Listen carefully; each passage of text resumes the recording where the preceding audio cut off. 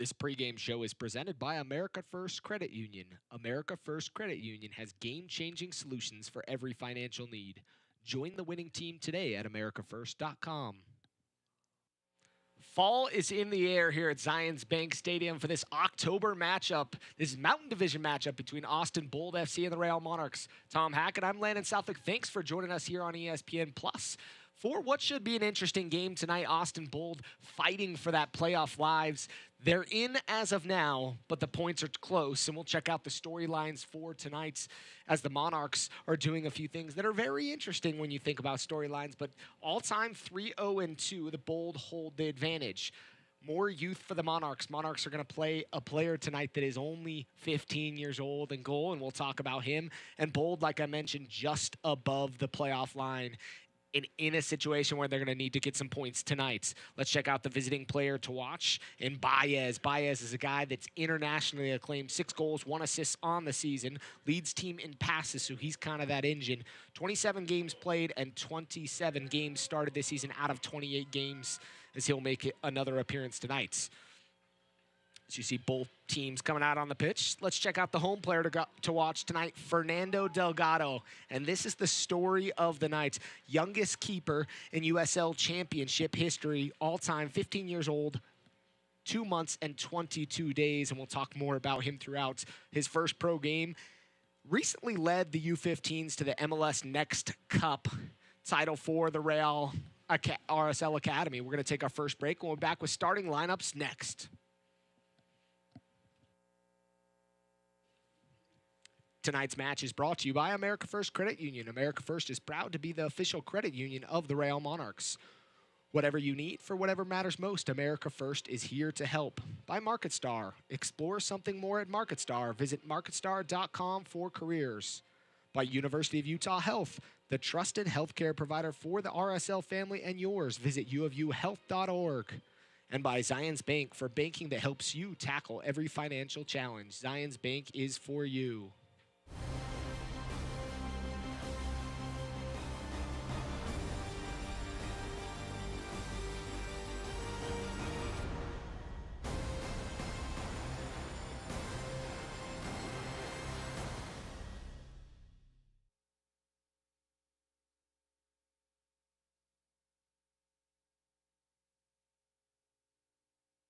When you're a member at America First Credit Union, there's only one path to happiness, and that's whatever path you choose.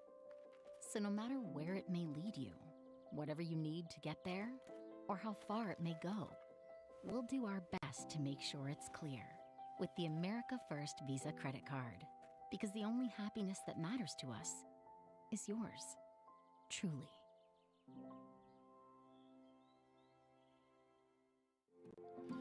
You are the sunrise waking my day. I miss you guys. You are the moonlight shining my way. This is where I call home. It's never been more true.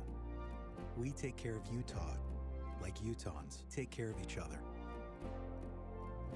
University of Utah Health.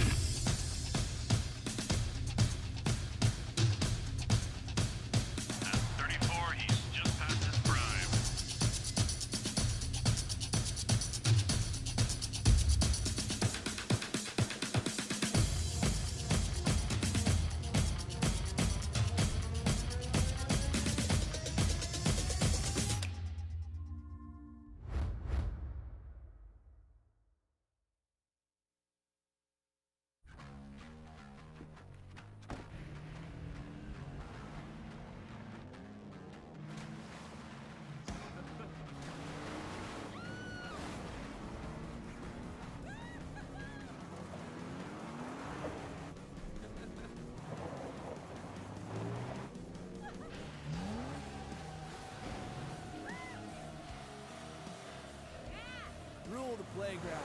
Toyota, let's go places. We're back here at Zions Bank Stadium. Let's check out the starting lineup for both sides. Is tonight's starting lineup brought to you by MarketStar. Explore something more at MarketStar. Visit marketstar.com for careers. For Austin Bold and Ryan Thompson, it'll be a 4-5-1 of sorts. Hugo Farou in goal. Nick Hines, Gustavo Rissi, Casey Walls, Kofi Sargodic. In the midfield, Jorge Trankowski, Javier Baez, Amanda Okugo, and Colin Fernandez. And then up top, the partner duo of Juan Pablo Torres and Nathaniel Adomalonakan. On the opposite side for the Monarchs.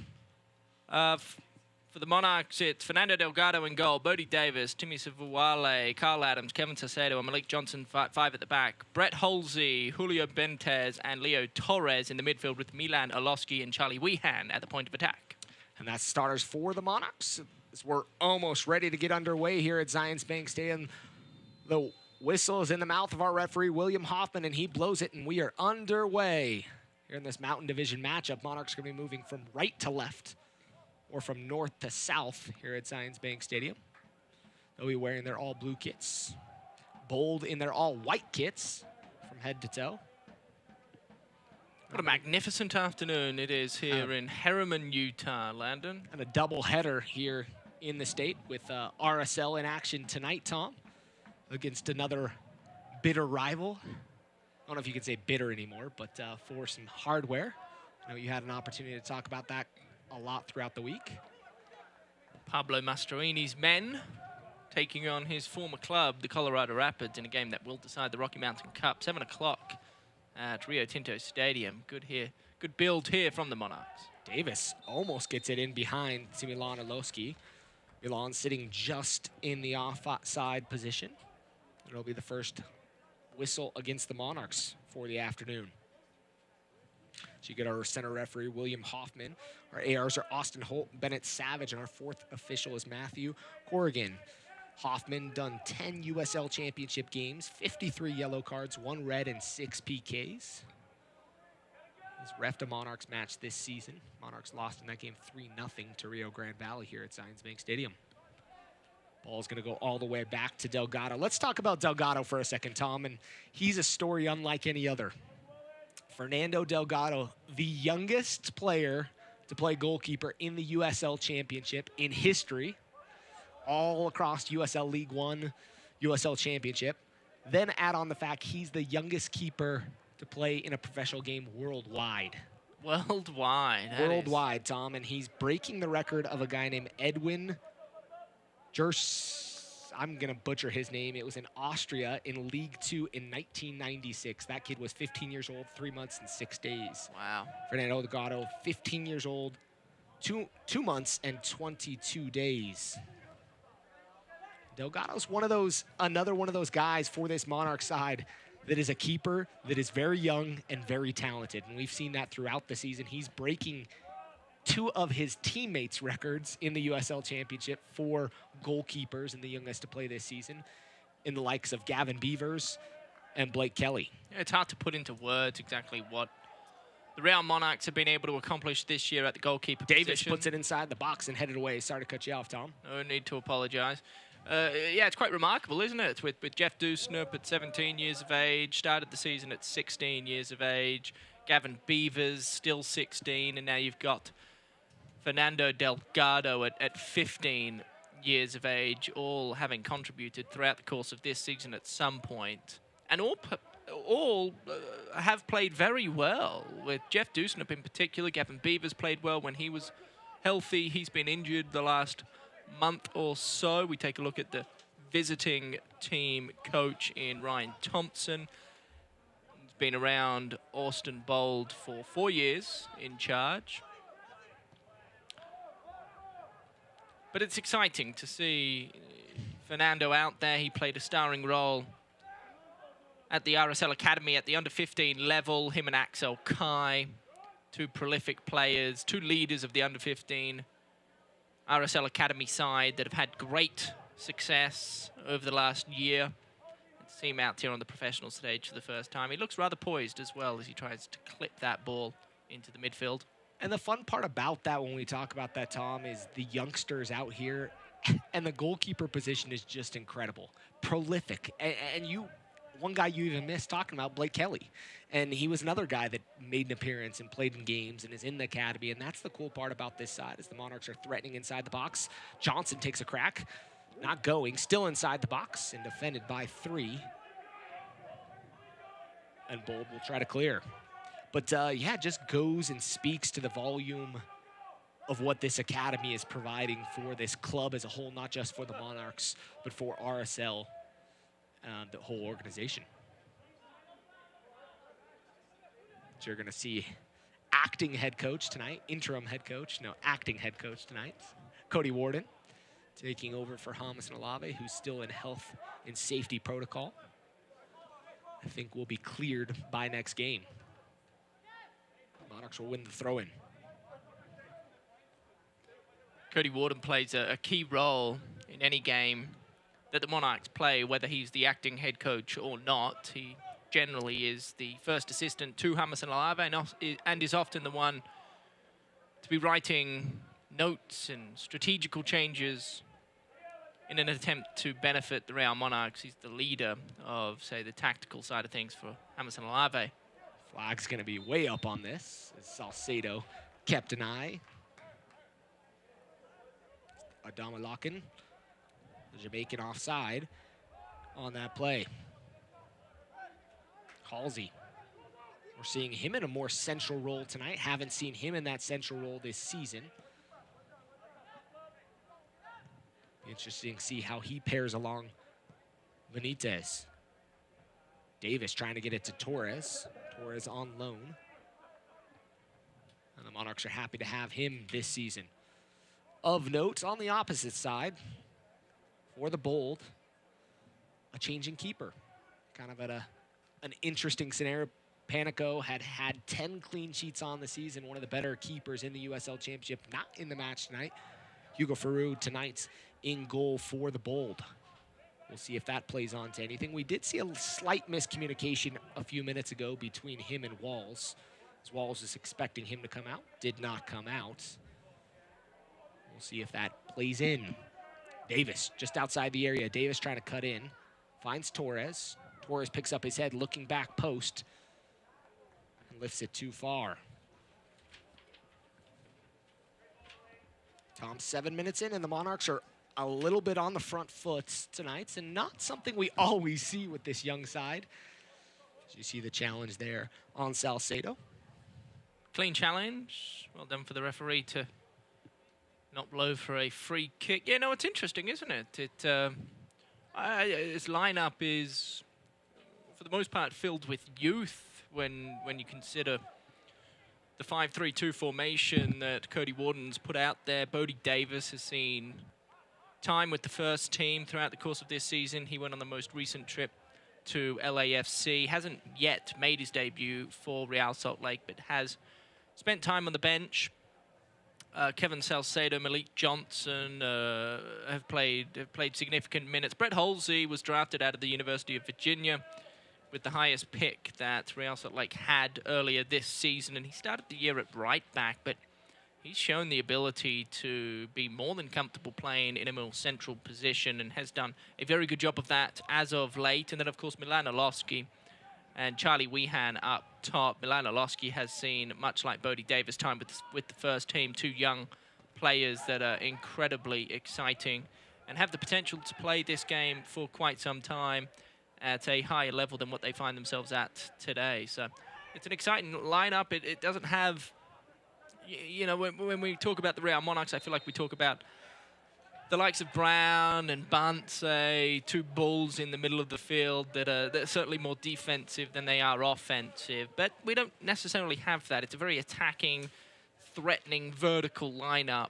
and shape from Cody Warden and the Monarchs today. And they've gotten off to a good start. They seem to be in more control, I should say, than Austin through 9 minutes. RSL is back in front of the home faithful tonight at 7:30 for the 3rd and final Rocky Mountain Cup match. Will they take down Colorado and claim the Rocky Mountain Cup title? Visit rsl.com and get your tickets today. Still on sale and still available. A lot of conversation on Twitter about the age of Fernando Delgado. It's still just mind-blowing to think he's the youngest keeper to make his professional debut worldwide. Ball inside the box. Davis gets a touch. Halsey's going to clip it forward and now into space. It'll be chased down by Rizzi.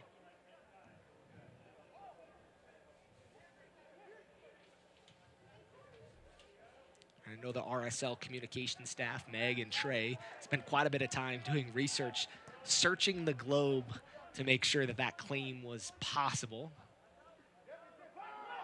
Say worldwide, and Troncoso keeps that in. Well done there. Sobowale cuts it off. Sobowale, second touch and an opportunity here for the Bold. Inside the box, and Delgado is going to get his first professional save. Only one right into the legs.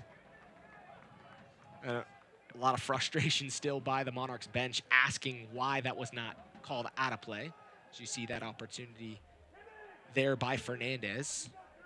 I'm sure the nerves were certainly in play for Delgado prior to this one, and if he was going to have an easier first save of his career, I think that would be exactly what just occurred. So hopefully he can settle himself. Look at 15. I mean, how do you tell somebody at 15 that not to be nervous? I think it's only, but maybe youth prevails in this case. It's so quite a powerful drug, old youth, isn't it? Yeah, well, and let's talk about something unique to that scenario. Baez in the middle of the park tonight is playing in the match. He was born on July 22nd, 1987, making him 34 years old. So you think about him and what that is on the opposite side. Delgado, at his age, he's still twice as old as Delgado. It doesn't make a ton of sense, does it? Don't do math on air, they say, but that math seems to add up to one player being rather old and the other being incredibly young. I had a fan talk to me before the game and say, you know, it's kind of interesting now. I'm getting used to saying, you know, that I'm younger than the players, or that, you know, the players are younger than me, and that's a normal thing. But he goes, when I was able to turn to my 14-year-old daughter and say, hey, that kid right there is younger than you, that was kind of interesting. So it's kind of funny. That's Alan on the Real Monarchs fans, and kind of fun talking to them and having those conversations. USL's elite pre-professional platform, USL Academy, allows clubs to build a pathway to pro soccer by bringing together top local talents and helping players transition to their USL senior teams. For more information, visit usl-academy.com.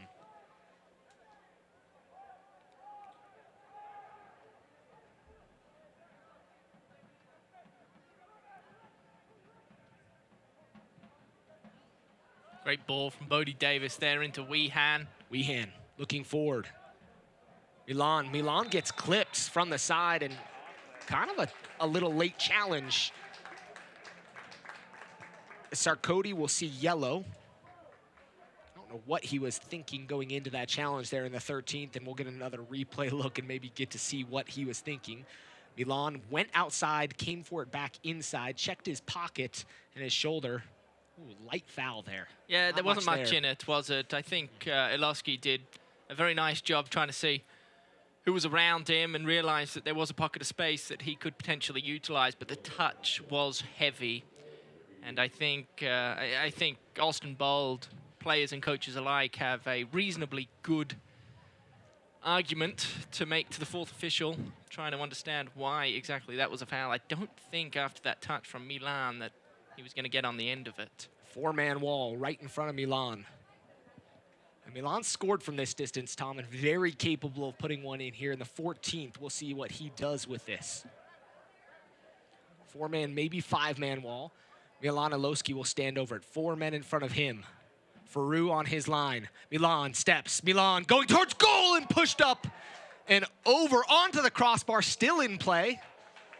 And kind of an awkward play there, Tom, as Milan put it on goal, read nicely by Faroux. Oh, he tagged it well, and that was bound for the top left-hand bin. Faroux with a nice two-palm save, but it ricocheted off the crossbar. For a split second there, you thought maybe there was still some sort of a threat, but it was cleared away for a corner kick. Well done from Sabowale there.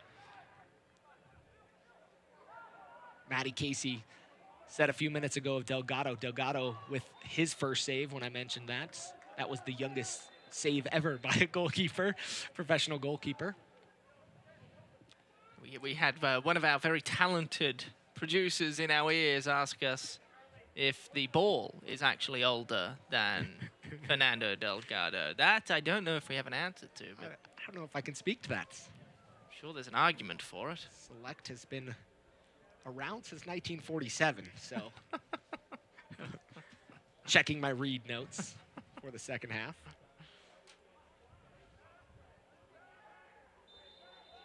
There's going to be a foul. Adams comes up. See if the trainer's waved on. Head has definitely been one of those priorities that people have checked on throughout. If you'd like to join the conversation with us tonight, you can jump on Twitter and send us a tweet. Give us your thoughts. You can find Tom at Tom Can't Hack It or at Landon Southwick, or you can use the hashtag SLCVATX. 16th minute of play.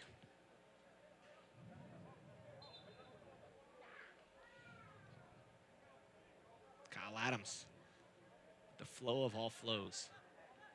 Yeah, it must be nice. Can always enjoy and appreciate some flow like that.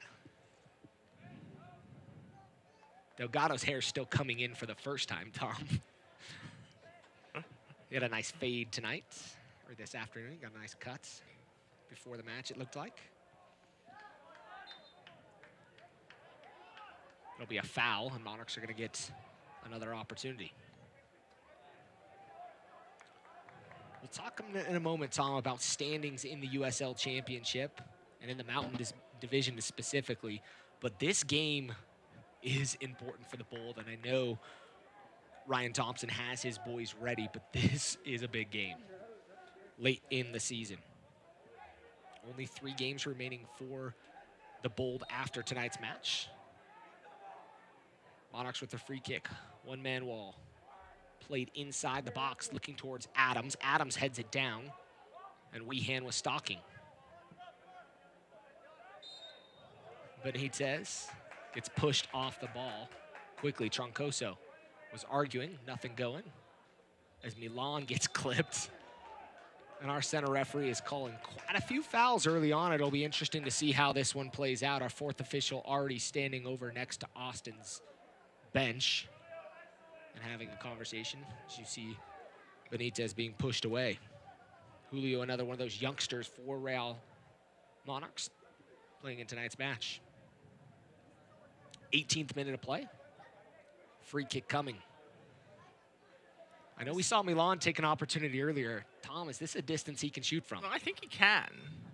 Milan takes a crack and just wide. Puts it knuckling towards goal, and that goes just wide of that near post. It was wonderfully struck. So he hit it with the laces. For the Cristiano Ronaldo special, you can see the ball there. It doesn't have a ton of movement on it. There is it does look like anyway, and the angle's awfully hard to tell, but yeah, potential knuckleball there from Milan Oloski. So he showcased his ability from the set piece. He went to curl one into the top left-hand corner from a much closer distance, and then opted for the knuckler from about 30 yards out. Wonderful ball there from Milan Oloski. Charlie Weehan tries to poke the ball around and run onto it, unable to do so. That was Sarkodic. Did a nice job defending there for Austin.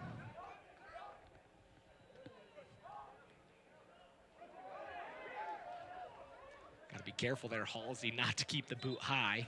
Yeah, and he knew it too. The second he raised that foot, he tried to pull out of the challenge, and immediately, anytime you see a player make a challenge and immediately look towards the referee with both hands up, you know that they feel some sort of wrongdoing. It's like getting your hand caught with your hand in the cookie jar. Certainly. Get that out quick enough. But Davis gets around the first defender on the touchline, going towards goal. Maybe would have been better suited putting that in the middle of the 18 towards the PK spot, but tried to go straight towards goal. I have to believe it was slightly mishit. Bodie Davis did a great job there, beating his defender one-on-one, and then I think he did look to cross, and he's looking for something from behind. Yeah, maybe feel like he got touched from behind. Got clipped from behind. Brett Halsey was looming around the top of the 18-yard box, looked to be open. But of course, it all happens quite quickly. Can't watch the match? Turn on Sirius XM FC 157, North America's only 24/7 source of soccer radio, featuring Ray Hudson, Tony Miola, Rodney Marsh, Brian Dunseth, and USL All Access with Mike Watts and Devin Kerr every Tuesday night at 7 p.m. Eastern. You can also hear live action from the USL, MLS, Premier League, and more, all on Sirius XM FC 157 and the SXM app. I always have to add Brian Dunseth. The read needs to be changed to add his name. Yeah, we've been doing that for a few months now. We'll show the love. We got you, Dunny. We'll show you the love, Dunny.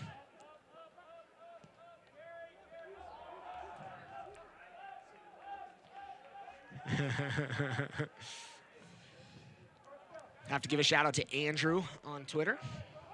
He said, tweeting at you because you asked us to. That's a good listener. Must have done well in school, Andrew. Thank you, Andrew.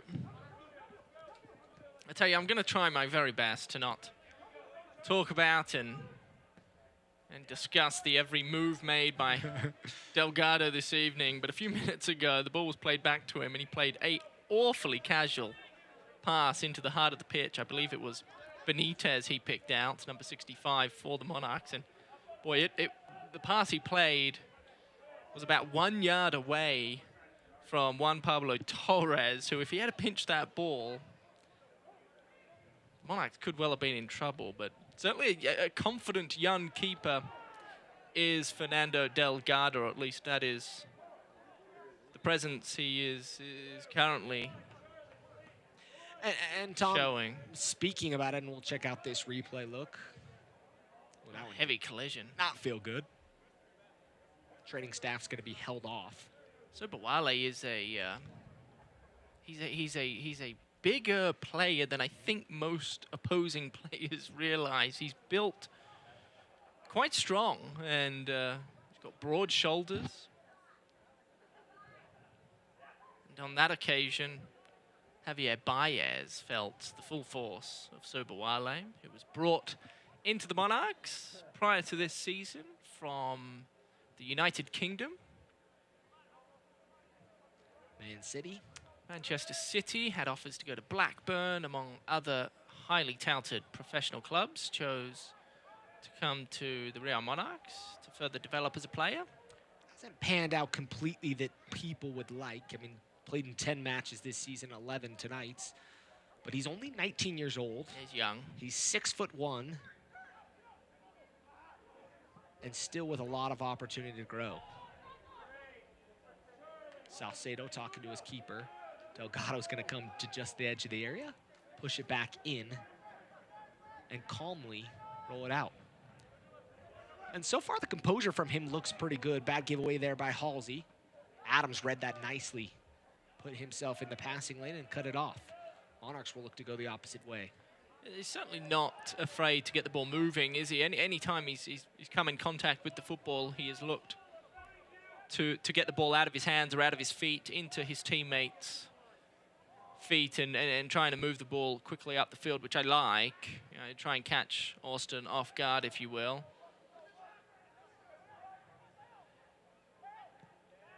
Halsey to Torres, just too far out in front of him, and Torres will chase a little bit. Torres has been one of those players that has played really well for this Monarch side in his appearances so far. Adams will push it out for a corner kick, and that'll be the first of the afternoon for the Bulb. It must look like Adams didn't think Adomalakan was going to chase that football down, and nearly got caught napping in the end. Fortunately, was able to get a toe to it, and be the first corner kick of the game for Austin. And it'll be Torres who stands over it as the tall timber approaches the penalty spot. Monarchs have a couple players at the near post zonal marking. Salcedo rises high and pushes it away. Baez Defended by Torres. Baez. Back to Hines. Hines is going to swing it across the back line. Fernandez. Out wide. Ball played inside the box. Back stick. Looking for Rizzi. And it'll go out of play as Halsey was right there in the area to defend. Matty Casey sent us a picture, Tom. Says, I don't know about the ball last week, but in Austin last week, I wore 2 jerseys older than Delgado. They're USA jerseys at the match down there in Austin. Giveaway. Baez picks up his head, pushes the ball wide. Sobowale defending. Fernandez takes it a fluxion, and it'll go out for a throw-in.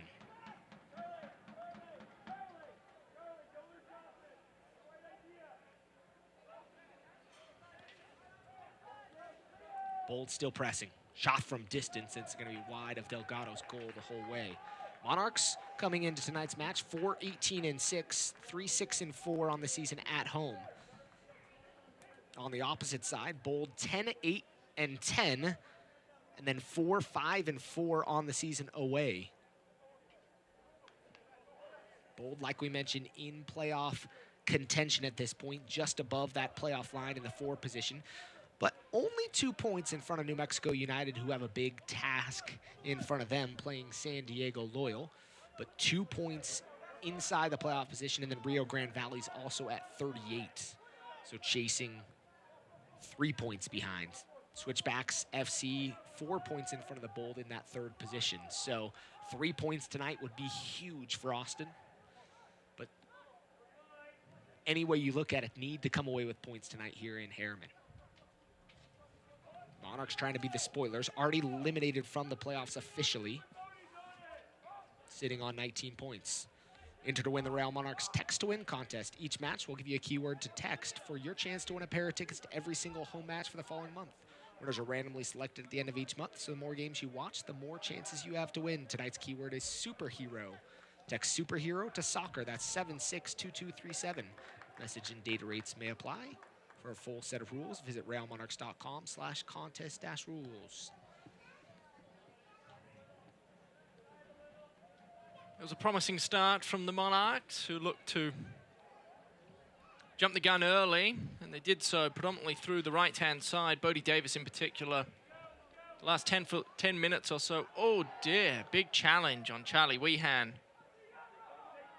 Monarchs gonna get the advantage. Torres picks up his hit. Torres! Leo Torres! My goodness.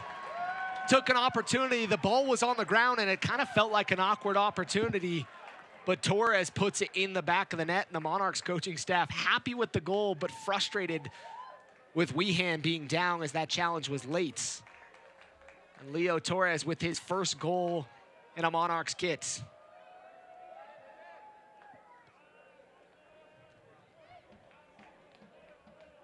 What a strike it was from Torres, who danced his way around after a heavy challenge was placed on Charlie Weehan. The left-footed strike, and talk about knuckling the ball into the back of the net. Beating Hugo Farou from some distance, 25-odd yards out. What a wonderful strike that is, a worldie, if you will. He tagged it. Nothing Hugo Farou could do about it. And a wonderful goal to open up proceedings, just as I was saying. I thought that the Monarchs got off to a good start. They were predominantly going down that right-hand flank, Bodie Davis in particular, and then Austin Bold. Kind of slowly but surely got their way back into the contest, and they were trying and continue to trying to play more of a counter-attacking brand through the center of the park, and out of nowhere, essentially, Leo Torres from distance. What a strike that was. And I might be wrong, but I'm waiting to confirm. I think that might be his first professional goal. Well, what a way to start your goal tally at the professional level. I'll try to confirm that. I'll give a double check with our communication staff. And take nothing away from Leo Torres, of course. He hit it almost perfectly. It was a peach of a strike. It wasn't in the top right-hand corner necessarily. You do have to believe Hugo Farou probably should have done better from that distance. Wonder if something got in his line of sight. Couldn't quite see the strike occur due to defenders being in his way. I don't know, but I feel like he probably should have at least gotten a palm to it. Tom, it was one of those awkward plays where it felt like something was going to be called. Yeah. And the advantage was played, and the Monarchs took advantage, and he just picked up his head and found his space and went at it. And confirmation officially from RSL's communication staff. Officially, that's his first professional goal. Congratulations, Mr. Torres. Leo Torres, really kind of also an interesting situation. He signed his first professional contract at age 15 and 23 days, making him the youngest player to have signed a USL Championship contract. So I don't know if the youngest just needs to become a word synonymous with his club right now, but almost everything that is young, Monarchs have their name on it. This academy here at Real Salt Lake in Harriman, Utah has turned out to be a special one.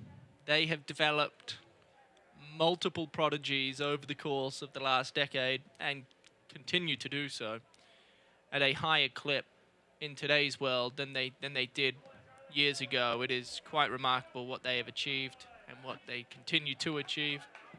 They find players from all over the world to come play in Harriman, Utah, that not that long ago was home to more horses than it was humans. I think Jeff Dusnip might have to take a little bit of exception with that one, as this is his hometown, Tom. So be careful. Nothing's wrong with horses. I'm team horse, Landon. The community here in Harriman is not old. All these buildings we see around, as of the last few years, it seems. Former owner of Real Salt Lake. Lloyd Hansen has played a pretty pivotal role in the development of this community. It's pretty telling when there's streets just behind us to the east that are named after world football stars. Yeah, it's turned out to be such a special place, and it's all unfolded before our very eyes over just a handful of years. It doesn't make a ton of sense, to be honest. So I know a lot of conversation on Twitter right now surrounding Leo Torres. Nicholas Murray saying Leo Torres scored his first goal in the USL Championship. You're going to want to see this one, San Antonio FC fans. He's on loan from San Antonio FC just a short time ago. Friday, October 22nd is Supporters Appreciation Night at the Monarchs as they battle the Colorado Springs Switchbacks FC. Take advantage of our family four-pack.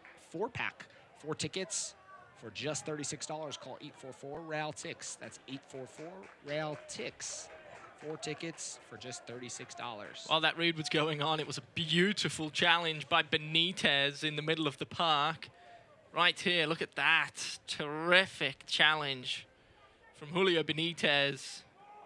Charlie Weehan picks up the crumbs, plays Milan Alosky, who tries to feed Charlie Weehan in return. Ball goes out for a corner kick. Milan Alosky stands over it. Milan, he'll swing it in with the right peg. Milan plays back post looking towards Adams. Adams rises up, but is beat on the header. And it goes out for a Monarchs throw-in. Yeah, that was a pivotal clearing header from Torres, who, had he not made contact with that football, the ball was falling into the forehead of Adams, who was all alone at the back post. It did look like he was going to try and play that ball back into the center of the park to see if he could find a teammate. Wonderful little touch there from Torres. There'll be a goal kick coming. He tried to dance and chip his way. Tom, we haven't seen this type of confidence from the Monarchs as of recent. It really has not been something that they've played strong with. Tonight, they look very confident. Yeah, they've changed their formation. It's been about a month or so now since they've kind of undertaken this new system, the 5-3-2, 3-5-2, whatever you want to call it. And, you know, they did it when Pablo Mastroeni became the interim manager at the first team level, and he also changed the shape of that team. The Monarchs followed suit shortly thereafter. And I think it's paid dividends, to be perfectly honest. I think Bodie Davis and Malik Johnson, who they have playing back there. Sobowale, by the way, got pushed, and it's a Monarch foul. But to my point, I think it's... I just think the shape of the team looks far more suitable to the players that are out there. They're obviously playing with a ton of youth, and you know, when you play with youth, a number of things can occur, both good and bad, but it seems like just this sense of freedom has kind of excelled here at the Monarch level. Torres, can he find his second? Torres! Goal! Torres on the brace! Leo Torres, have yourself a day! And the kid is feeling it, Tom. Well, that left foot certainly woke up this morning and came to play. Leo Torres, what an impact he's having as he receives the ball on the top of the area, one touch onto his preferred left. Well, this is the earlier play. We'll have to get a replay look at the goal by Torres. But man, he's just playing with that confidence right now. Look, he struck it again with his left foot with confidence and was able to again beat Hugo Ferrou. Look, on this occasion, the ball wasn't nearly as well struck as it was first time round. You're going to see a replay look at Torres. Torres gets the ball from Davis, picks up his head, sees a little bit of space, and takes a crack. Again, just that one touch onto his preferred left, and he doesn't hit it all that well, but he hits it well enough. He's certainly playing with confidence, the young man. On this time, he hit the ball on the ground. Hugo Ferrou diving to his left, unable to get a palm for it for the second time. Leo Torres, take a bow, young man. Welcome to the Real Monarchs. What a way to get your first 2 professional goals in the matter of less than 10 minutes. But this is emotion we don't often feel around here, Landon. 2-0 up in the first half. Monarchs have struggled to score goals this season, last in the USL Championship, now with 23 goals. Up until this point, only 21 goals scored. On the opposite side, Austin Bold, 28 goals scored, 36 now conceded. -8 differential for them, -25 goal differential for the Monarchs. There's this composure. It just feels different when you watch this team today and you compare it to performances they've played really at any point throughout the course of this season. You could make the argument for. I mean, it just feels different. It looks different. There's composure. There's confidence, and there's a sense of belief for the first time in quite some time. And Leo Torres, Milan. To Davis. Davis inside the area. Davis going towards the touchline, and a foul will be called. The Monarchs feeling frustrated. 4th official telling the Monarchs bench, chill. One thing you don't see on your television dial or on your smartphone, see the replay, that's certainly a foul on Leo Torres. He got to the ball first and copped an elbow or a forearm to the back of the head, which Cody Warden is very, very unhappy about. But the emotion from Cody Warden, the acting gaffer for the Real Monarchs this evening, is Jamerson Olave is still in safety protocol. It's pretty cool to see, to be honest. The assistant staff members that are down there, there's 3 of them. And they're ecstatic. And any time Leo Torres has scored on both occasions, Cody Warden's gotten up and celebrated. You know, like his own son scored a goal, and Merza, the goalkeeper coach, immediately runs down the touchline to discuss action and strategy with Delgado. Just the camaraderie today really feels to be on point. Beautiful Halsey. Nice spin out of play. Halsey to Weehan. Weehan picks up his head looking. Numbers on the back post. Johnson there. Monarchs with numbers on the back post. Ball from Johnson in and clipped away. Monarchs are going to get to it first. Monarchs 2022 season tickets are on sale. If you purchase yours during this month, we'll give you tickets to all remaining Monarchs games in 2021. That's free games. Call 844-REAL-TIX. Monarchs possessing the ball quite nicely and really playing kind of the disruptor tonight. This was not supposed to be the scoreline at this point for the Monarchs. 50-cent possession in favor of the Monarchs through 40-odd minutes of play. And they lead in all meaningful statistical categories. It's been a dominant affair from the lads of the Real Monarchs as they host Austin Bold. Foul called on Weehan. William Hoffman telling Weehan to get out of the area. Matty Casey, I love dad jokes. His dad joke is, did you know that Leo Torres doesn't own any belts? It's because he prefers braces. Got a crack out of Tom on that one. I just hate dad jokes. They're so bad, but so good. It makes me angry. Salcedo's going to quickly play it back. Wonder if he could have played it back all the way to Delgado. MX Prospects account that is tweeting about Leo Torres tonight. His name is being spoken highly of right now. Leo Torres, can he go for that brace? Or excuse me, for the hat trick?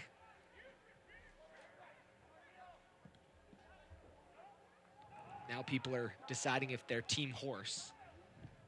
As Tom said, he was pro team horse. You can use the hashtag team horse. That's Tom's new Twitter bio. I'm a horse man. Nick Hines, just a few seconds ago, tried to unleash a shot from about 30 yards out, and you know, it had me thinking. Sorry, Landon.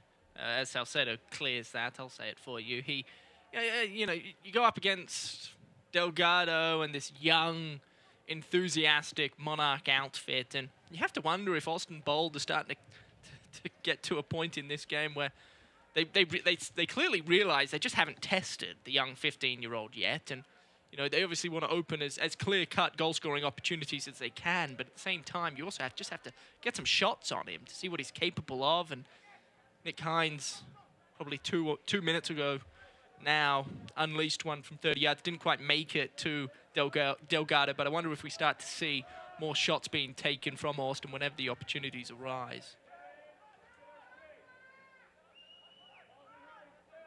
Delgado hasn't had a lot to do in goal, but definitely getting a lot of instruction from the bench from Monarchs goalkeeper coach Mirza. One of the best there is. Showing as the Monarchs have produced quite a bit of talent for the goalkeeper position this season.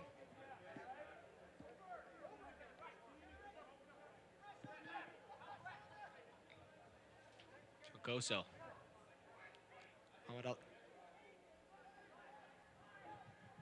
Delgado kind of came out dangerously, or awkwardly, excuse me, and tried to punch at it. Yeah, he didn't quite know who was there, did he? Yep. And that's going to be one of those things that he'll have to work on, Tom, throughout his career, especially at the young age of 15. He'll have time to develop, and that's going to be something the Monarchs and the organization as a whole are going to have to work on. How do they get all these keepers the minutes they need to play? And right now, they're doing that through the academy system. A lot of these guys are going back and playing with the academy outfits. I know Delgado's going to get some time with, I believe, the U.S. youth national team coming up. As he spent time with the Mexican national team. Right, I was just going to say, yep, the under-17 level earlier this year in the summertime, he spent time with the under-17 Mexican national team. And he's undecided, right? So he was born in Phoenix, Arizona. Both his parents are from Mexican descent. He's got the option to play for El Tri or the U.S. men's national team as he grows and develops into the player that he becomes. And so there'll be a decision, much like what we saw from David Ochoa just a few months ago. David Ochoa spent time traveling the world with the U.S. men's national team, didn't see minutes in a friendly in Switzerland, and then I believe it was, I can't remember what tournament it was now. Was it the Nations League tournament? Bad giveaway there from Delgado. Delgado, ball in. Monarchs are going to have to defend. Salcedo does a good job to clean things up, and the Monarchs get bailed out there a little bit. Not the best decision or ball by Delgado, and definitely, like we mentioned, something that'll continue to have to grow.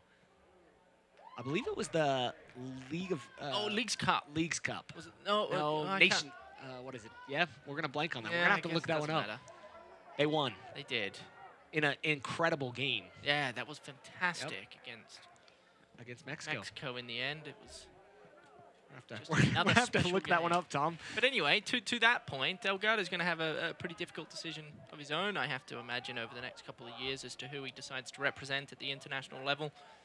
And he'll spend time bouncing back and forth between Mexico and the U.S. men's national team before his decision is made. And that won't be coming anytime soon, I imagine. That'll be a few years down the road.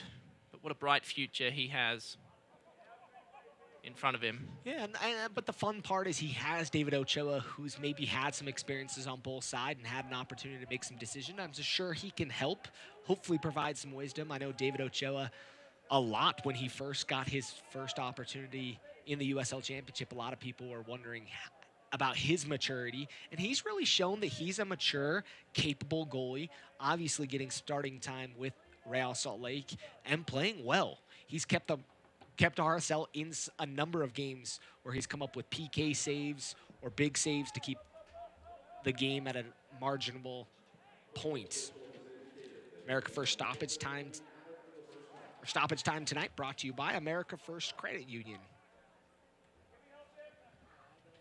1 minute of stoppage time announced. America First Credit Union has the financial products and services you need to take care of yourself, your family, and your business. There's not much time left. See, there is a bit of David Ochoa in Delgado? Fernando Delgado, I reckon, just from swagger.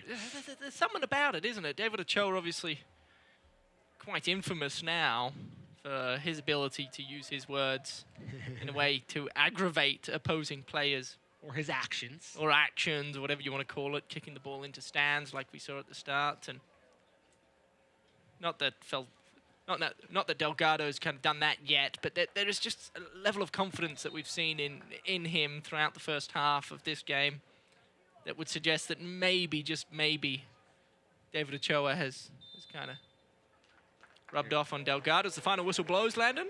Halftime here at Zions Bank Stadium. Monarchs lead 2-0, courtesy of a brace of Leo Torres. And Torres is going to be walking or maybe floating to the locker room on cloud 9. We're going to take a quick break, and we'll be back with first half thoughts and analysis after this. Today's halftime show is presented by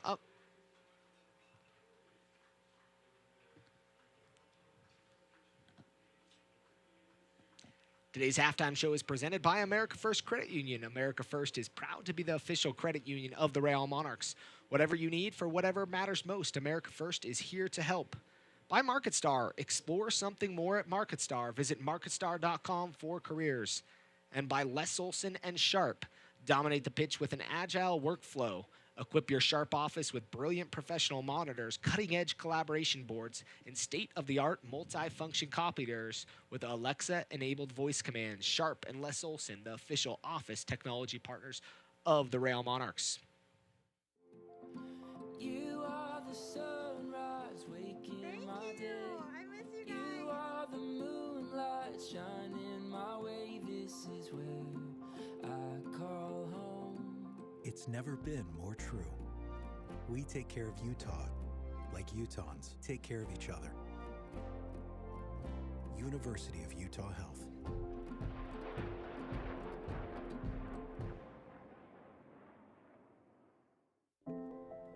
When you're a member of America First Credit Union, the only dream that matters to us is the one that matters to you. So whatever you need to reach your goals, we'll be right there beside you to help you grow your business and bring your vision to life. Because the only dream that matters to us is yours, truly.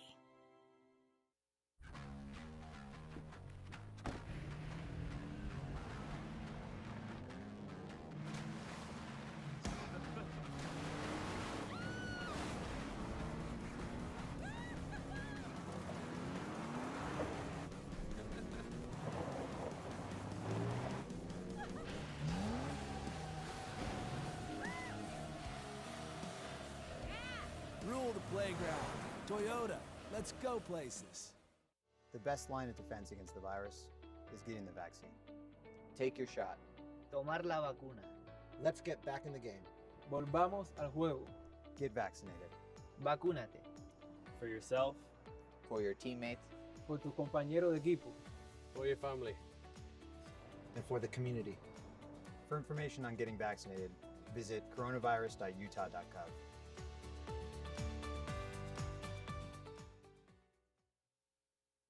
I think that only when we personally connect with a place do we truly gain the power to protect it. There's a story behind the sceneries. There's a story behind the place, and there's a story coming from the original people that live here. These places are special. There's something different about them. We have to keep them that way. Let it take hold of you. Let it have some say on how you operate in the world. Atlas Disposal is dedicated to preserving the spaces we share. We also understand the importance of sustaining our resources. We're proud to bring our operations to Utah with technologies like zero-emission vehicles and a new recycling system coming to Rio Tinto Stadium starting in 2020. Together, we can keep Utah beautiful and sustainable for generations to come.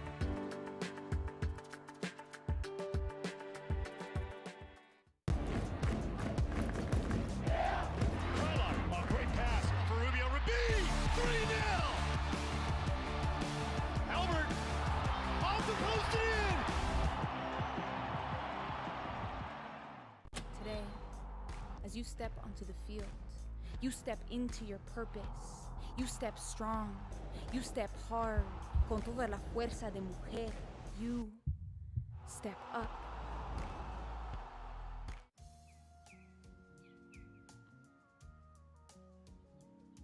Hey, y'all. Can we change up the chores? Sorry. It's up to the wheel, man. Oh, yeah?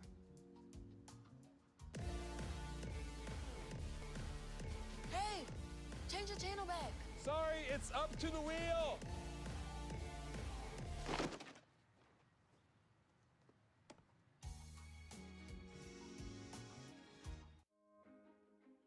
I am a first-generation student here at Bellevue University.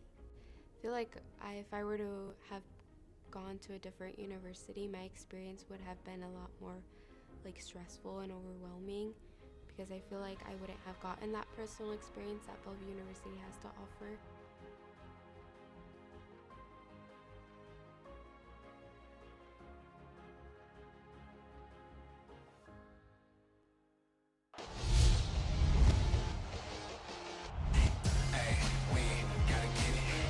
Around it comes Fox. Solik, the back heel in! What a goal! That's it. Luna is shot into the back goal. Kiramoto has won it for OKC Energy FC. Oh, that is a brilliant goal from the substitute. Today, as you step onto the field, you step into your purpose. You step strong.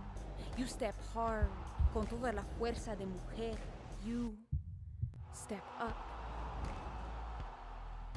Back here at the half, Monarchs lead 2-0 in what's maybe a little bit of a surprising scoreline. Let's take care of some business and check out a few different things, and then we'll come to some analysis. Let's check out the USL Team of the Week and what's happened around the USL Championship in Week 21. As you can see, our Player of the Week, Sam, with a hat trick, the second ever in Tacoma Defiance history. You see a couple of other familiar names. Nathan with San Antonio FC, Cameron Lancaster, and Alejandro Guido. So that's the USL Team of the Week. With a brace already in the first half, I think we may see a familiar face on next week's Team of the Week. Probably should. Let's check out news and notes around the USL Championship. As a missed chance for the Republic, despite 26 shots they drew.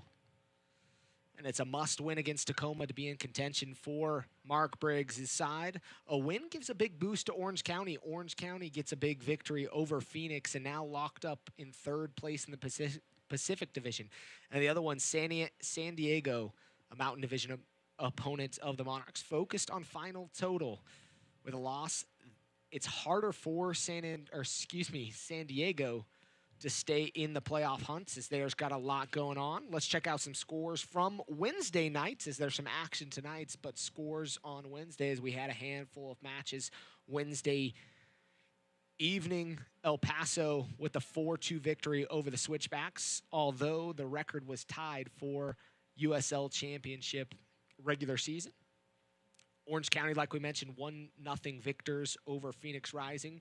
Lights, a 1-0 victory over Tacoma, and the 1-1 draw between Sacramento and the Galaxy 2. We're going to take another quick break, and we'll be back with first half statistics and highlights after this.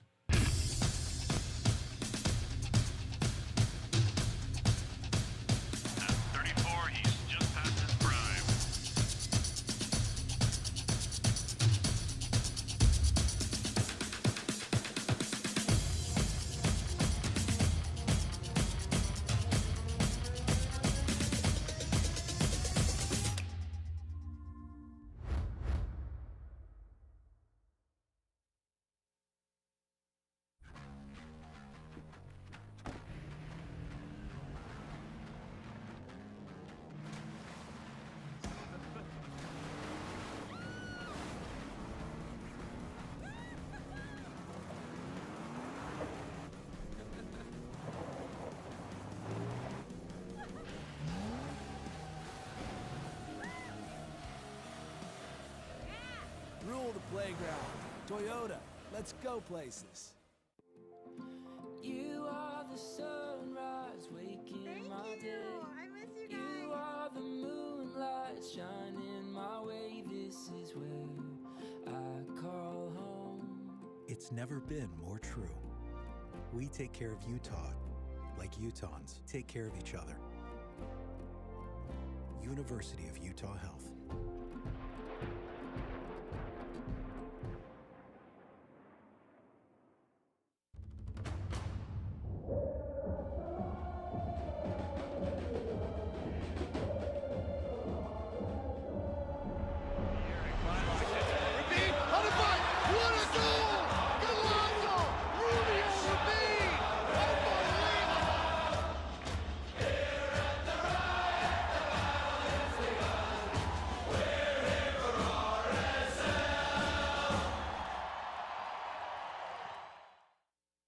Atlas Disposal is dedicated to preserving the spaces we share. We also understand the importance of sustaining our resources. We're proud to bring our operations to Utah with technologies like zero-emission vehicles and a new recycling system coming to Rio Tinto Stadium starting in 2020. Together, we can keep Utah beautiful and sustainable for generations to come.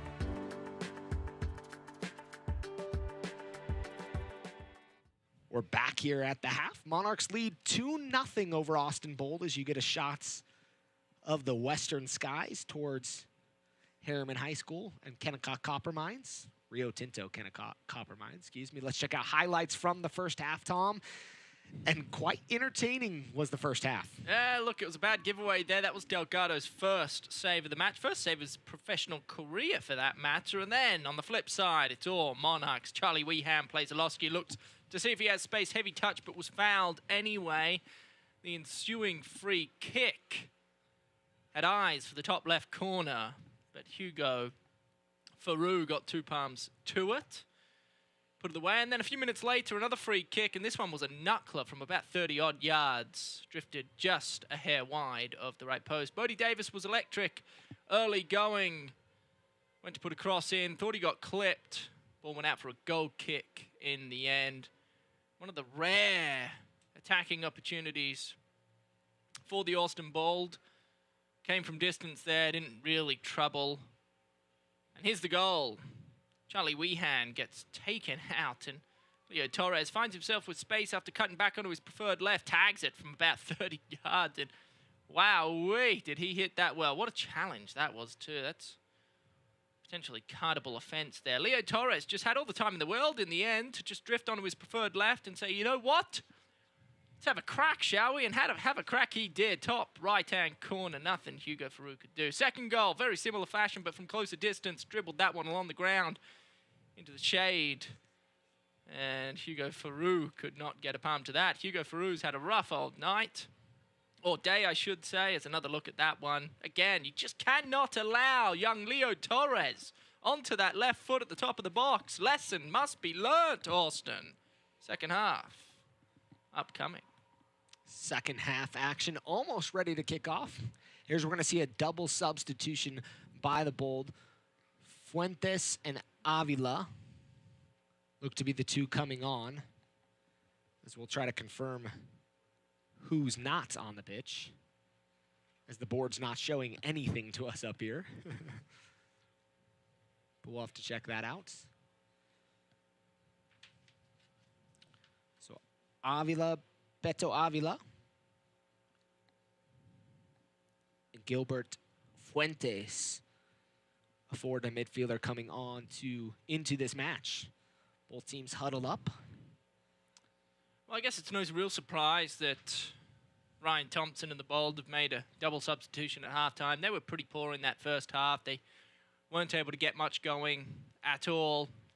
They tried to capitalize on some mistakes made by the Monarchs. But outside of that, they really weren't able to generate anything from their own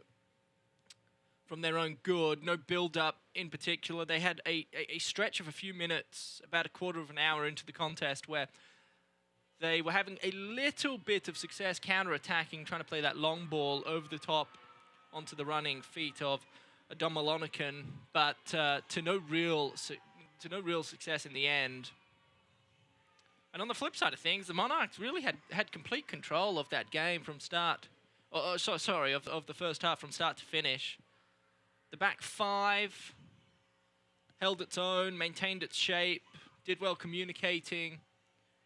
Delgado in goal, youngest player to debut in goal in the entire world, has looked good and has been communicating with his back five.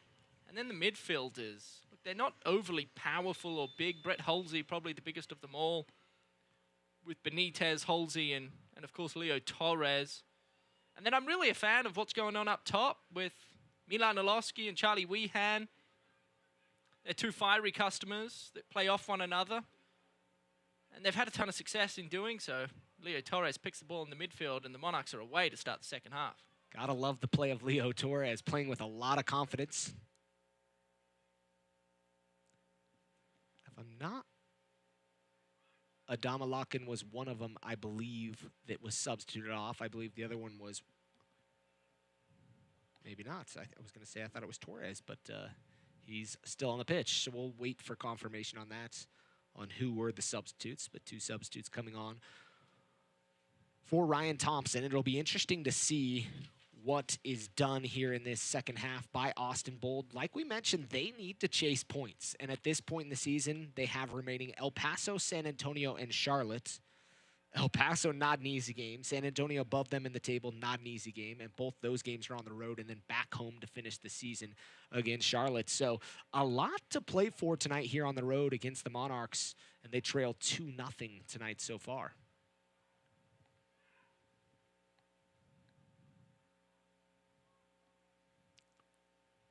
Salcedo trying to give it to Johnson. Johnson's been quiet tonight, but has been very effective when he's had the ball at his feet and very capable of taking on players.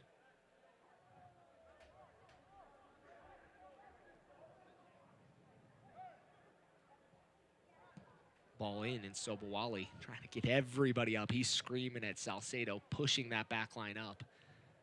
As the Monarchs are going to get their substitutes up and moving. Both substitutes are up stretching. Not a whole ton of action other than those two substitutions for them. Torres, nice little open turn. Picks up his head, trying to find Johnson. Ball wasn't the best, but it'll be cut off by the Bold. I believe Baez may be the one to have been substituted for Villa, or Avila, I should say. Yeah, it looks like you're right, because the captain's armband is being worn by Akugo now.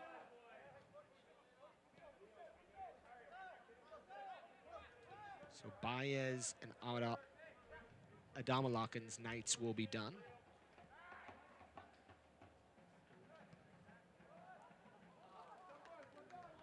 Bold using 2 substitutions at the half. Monarchs decided to stay with the same starting 11. As Tom, you were saying off air, if it's not broken, don't fix it. Ball inside the area, and there's the substitute. Pushing it towards goal, didn't catch it cleanly as Delgado is going to cover up.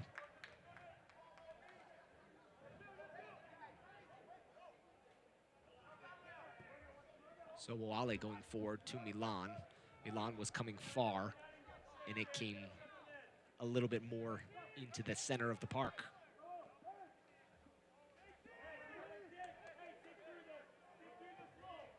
Fernandez dropping deep. Fernandez looking for runners, plays it up, and Adams wins the header. Halsey tries to get it wide. Not hard enough to Johnson.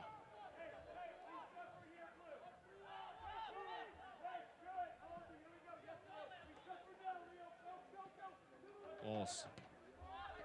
Good ball forward. Not the greatest touch as Fuentes lets it go under his feet. And it'll go back to Monarchs' possession. Delgado. Trying to find Davis. If I had a little more pace, I'm sure he would have got that to Davis. Davis was kind of sitting with his boots getting wet with paint.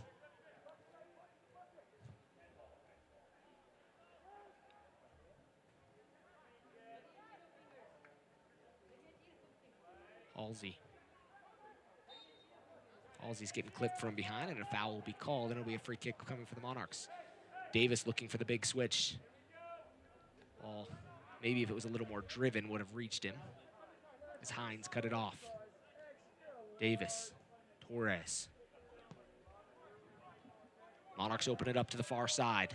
Johnson looking back post to Davis. Davis all alone. Davis!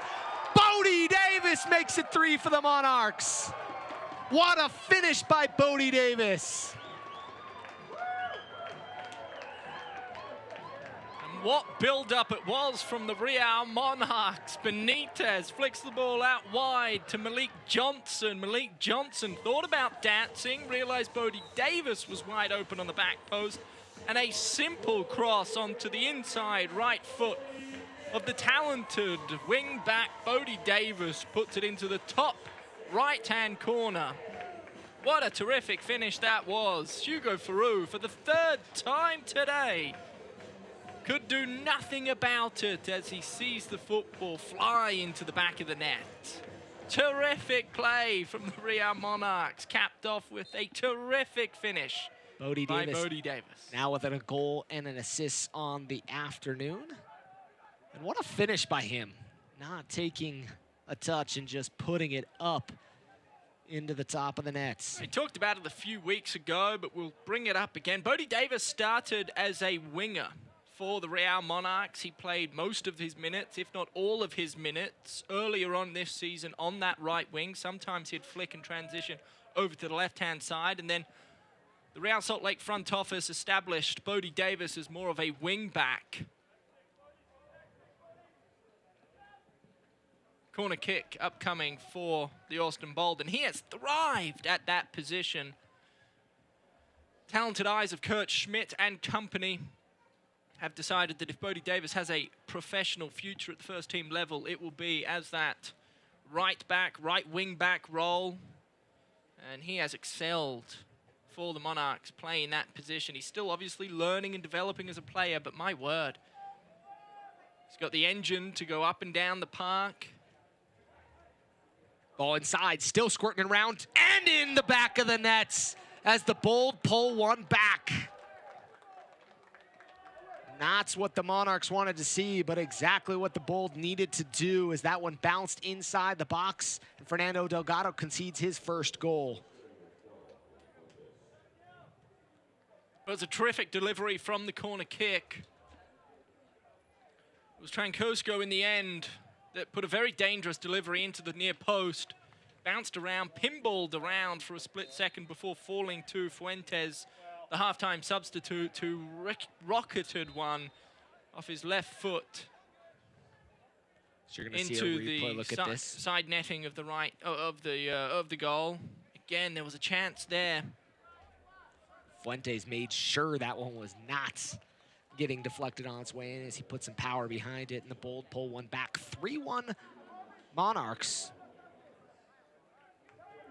As you're going to see Gordon come into the match. Nick Hines comes off. Gordon has made 100+ USL championship appearances. Most of that with the Energy. Davis inside the box, Torres with him.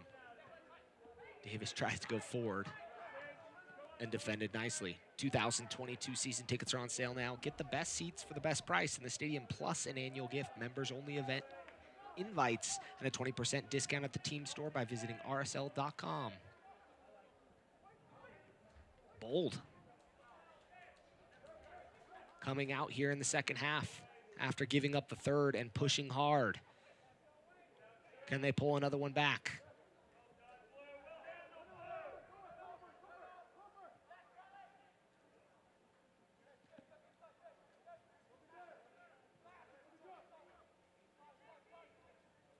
'55th minutes. Monarchs lead 3-1, courtesy of goals from a brace from Torres and a goal from Davis.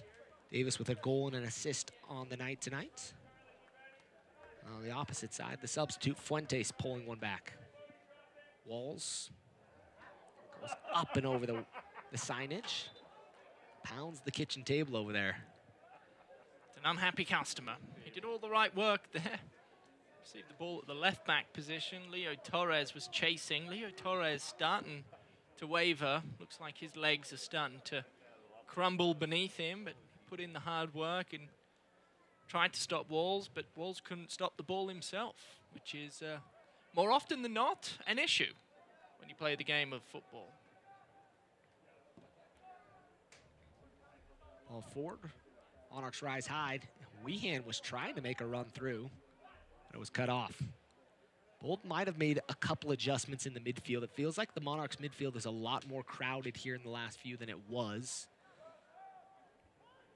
Well, you go back to those two Leo Torres goals in the first half. He had all the time and space in the world to compose himself for unleashing two venomous strikes with his left foot. It's clearly been talked about by the gaffer Ryan Thompson at halftime. Delgado reads that one nicely. Comes to collect. A lot of the times we call games here at Zions Bank Stadium, the wind has a pretty profound factor in it. Tonight, the flags are as still as we've seen them, maybe all year long. Wonderful afternoon here in Harriman, Utah. So it's certainly not the wind that's playing a role. Monarchs double substitution. Benitez afternoon will be done. Quintero will come on. And Neidigger is going to come on for Torres, as Torres with the brace will take a seat on the bench. Leo Torres getting hugs from the players, coaching staff. Gives a wave to the crowd. An afternoon for him, one he'll never forget. I think a very timely substitution made by Cody Warden, the acting manager for the Real Monarchs. Just looked like the midfield trio for the Monarchs was starting to lose its legs ever so slightly. Leo Torres obviously being one of them, but what a shift he put in the 57-odd minutes that he played. He was terrific, and now it's up to Neidigger and Quintero to continue that hard work as the Monarchs push for a fourth goal this afternoon. And they've got some task in front of them, Tom. Now with the goal at a score at a 3-1 line, 3-0 really doesn't feel close. 3-1 feels kind of awkwardly and deceptively close. And where the Bold have to push for points, they're going to have to throw everything forward, including the kitchen sink. Comes awkwardly off Davis. Definitely wasn't as cleanly struck by Davis as his goal was. Monarchs Monarchs. Taro comes flying in and does a good job putting some pressure there. Ryan Thompson, head coach for the Bold, is kind of frustrated as Gordon's down. So they're checking on Gordon. Since 1947, Select has been the leader in soccer ball quality and innovation. Select is the official ball supplier of the USL Championship and many of the finest or elite leagues throughout Europe. For the latest Select products and special offers, please visit selectsportamerica.com. That's selectsportamerica.com. So we got the whisper in the air of sweep the leg. Sweep the leg. 80s nights, or 90s night maybe. Ball inside. Bold calling for something, calling for a penalty. Nothing going there. Walls. Back clipped in, still awkwardly inside the area. Fuentes finds space towards goal, and Delgado covers up as Adams down on the pitch, a little frustrated. A better look there from the Bold as they've been more attack-minded here in this second half, Tom. Yes, certainly adding pressure to that 2-goal lead. The Austin Bold. Fuentes has come on. He did at halftime, and he's had an immediate impact. Certainly prefers that left foot to cut back on it. Ball deflected and into the graceful arms of Delgado. The Monarchs on the back foot here early with half an hour and change to play. Certainly haven't quite had the impact in the center of the park that they were doing, or that they were having, I should say, in that first 45 minutes of play. Ball dictating possession. Halsey. Johnson tracking back, ball inside the area. Still towards Gordon, off the woodwork. Off the woodwork. And the Bold are denied. Davis. Monarchs need to be careful as the Bold are threatening. There's a terrific through ball there, and Gordon gets all of the football with his left foot. Should have done better at the entire goal, just about to aim for, and ricochets off the left post. It was somewhat of an awkward shot. Ball bouncing on this turf. Beautiful touch from Quintero, and then Milan Alowski. Walls breaks it up, and again the Bold just dominating the play through the middle of the park. Torres plays it across. There'll be a throw-in for the Monarchs. Salcedo will throw it in here in the 61st.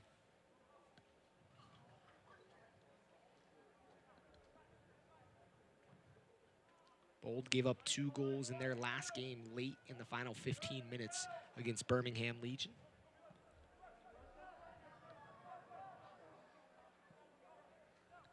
Tonight, we're going to have to score 2 in the final 30 to at least level things up, if not more. Gordon plays it wide to Fernandez. Fernandez clips it inside the box. Delgado gets a touch, a slight punch.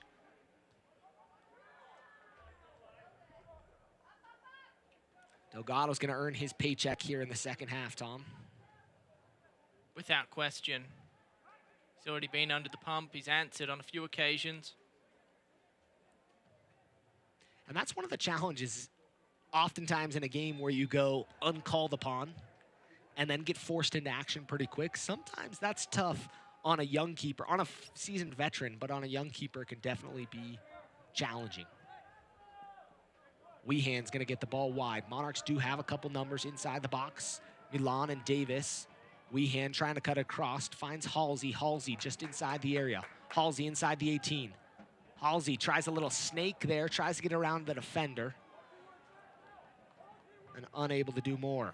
I don't mind the aggressive play from Brett Halsey. Did have Quintero just lurking atop the box all alone. He probably could have just played a pretty simple pass into the feet of Quintero, who would have ended up with a shot on goal, and unfortunately wasn't the case. Beautiful ball there into the feet of Gordon.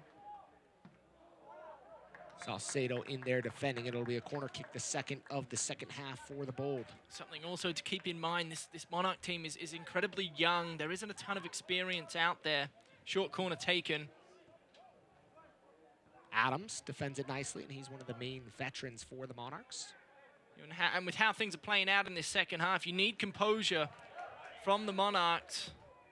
With how young they are, you just have to wonder who's going to step up and lead this group to a victory. And you're going to have to dig deep for that 30 minutes because you know the Bold are not going to let up. As we mentioned, sitting with or just inside the playoff line, but in a tight Mountain Division, only with 1 point advantage over New Mexico United and 2 points over Rio Grande Valley. Something the Bold are doing really, really well is they're flicking the ball back and forth between the sidelines. Delgado comes to, can't get a touch towards him, and he'll collect. They're flicking the ball back and forth. They're really opening up the space on the pitch at the minute. They're forcing this midfield of the Real Monarchs, who were so formidable in that first half, to run back and forth. And then when they cut the ball back in, there's a lot of space that's unvacant. And they're utilizing that, and it's causing quite a lot of discomfort for the Monarch midfield, who are yet to answer the strategical change implemented at halftime by the Austin Bold. With sights set on home field advantage, El Paso Locomotive welcomes OKC Energy side looking to remain in the playoff hunt. It's El Paso and OKC October 24th at 8 p.m. Eastern on ESPN Deportes. Another talking point would be the Monarchs just they're not controlling the football. We saw Sobowale there just hand the football back essentially by clearing the ball with his head to the back line of Austin. The Monarchs at the minute, they just need time on the football. They need to control the pace and tempo of this game to remain 2 goals up. If it continues to pan out this way, you have to imagine Austin are going to find a second and really put some pressure on this young, inexperienced Monarch team to try and close this one out.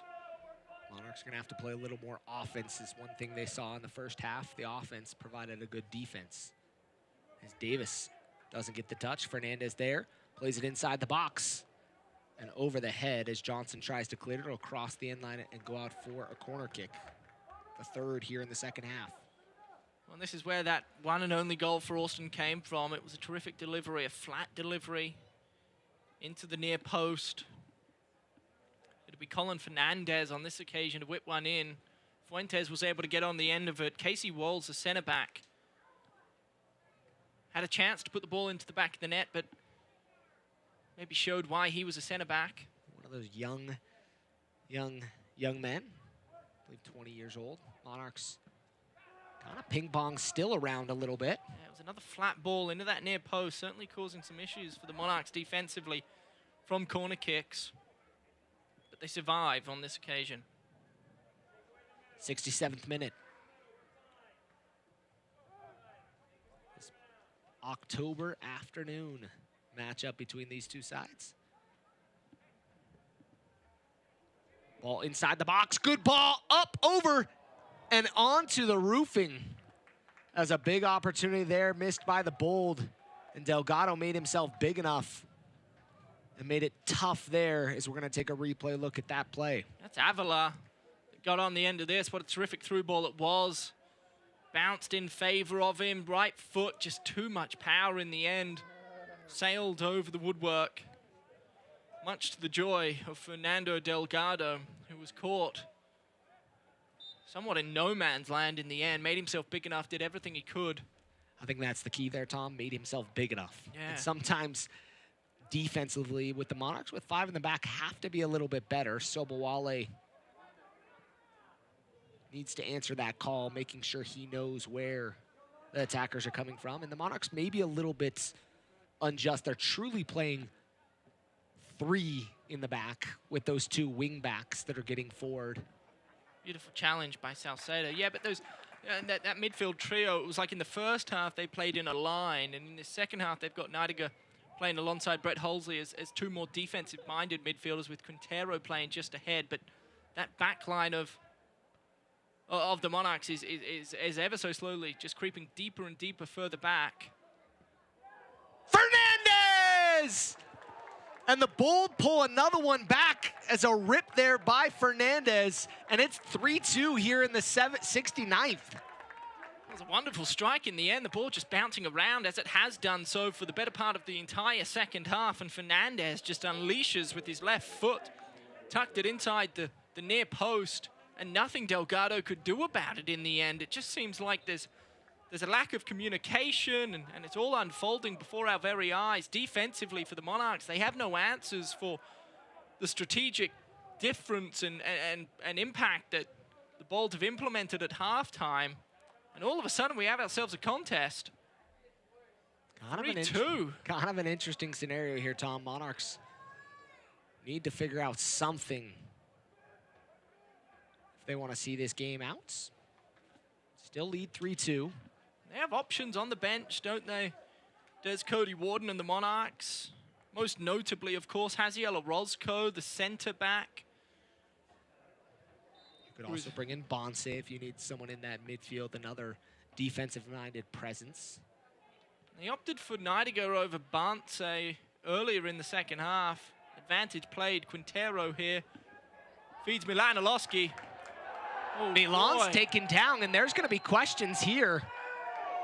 No foul, says our head referee. And boy, what a contentious decision that was. It looked like there was a nudge. Would have been a dog-so play, I believe, there. Denial of an obvious goal-scoring opportunity, and looks like it would have been the last man. Yeah, there was a... Wow-wee. Awfully interesting there. You have to wonder if our head referee felt pressure. If that foul was called, that is a red card potential. Oh, and Gordon just up and over the crossbar.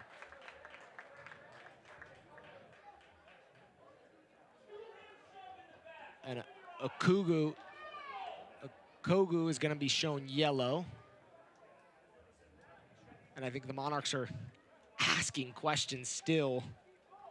I don't know if there was an intentional nudge on Milan Oloski there or if the legs just got tangled, but either way, there was certainly contact there. Milan Oloski one-on-one with the goalkeeper, and there was contact made, and no foul was called. I think if the foul was called, the referee probably would have felt pressure to show red.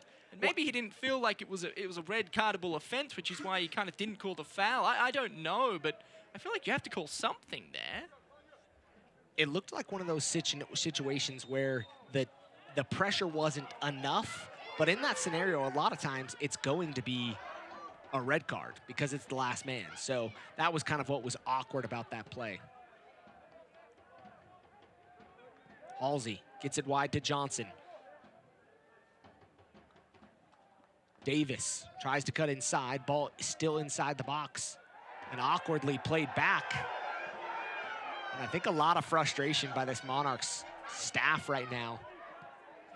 He played that back intentionally to the goalkeeper. That was a questionable look. Came off his knee in the end. Yeah, it would have been an indirect free kick had it have been played back. So Adams is going to save that one going for a quarter kick, and it'll be out for a throw-in as you're going to see a replay. Look, what could have possibly been a back pass. Yeah, it looks like he got it with his quad. Yeah, I think it's okay. Yep, looked pretty clean on that look. Here in the 72nd, 3-2 game. But a lot of action. Our referee being asked to make some decisions here late in this match, and it'll be interesting to see how the rest of the way goes. Enter to win the Real Monarchs Text to Win contest. Each match will give you a keyword for a chance to win a pair of tickets to every single home match for the following month. Winners are randomly selected at the end of each month, so the more games you watch, the more chances to win. Tonight's keyword is superhero. Text superhero to soccer, that's 762237. Message and data rates may apply. For a full set of rules, visit realmonarchs.com/contest-rules. Two-man wall, Monarchs holding their line just inside the 18. Driven near and headed away by Adams. Milan doesn't clear it completely.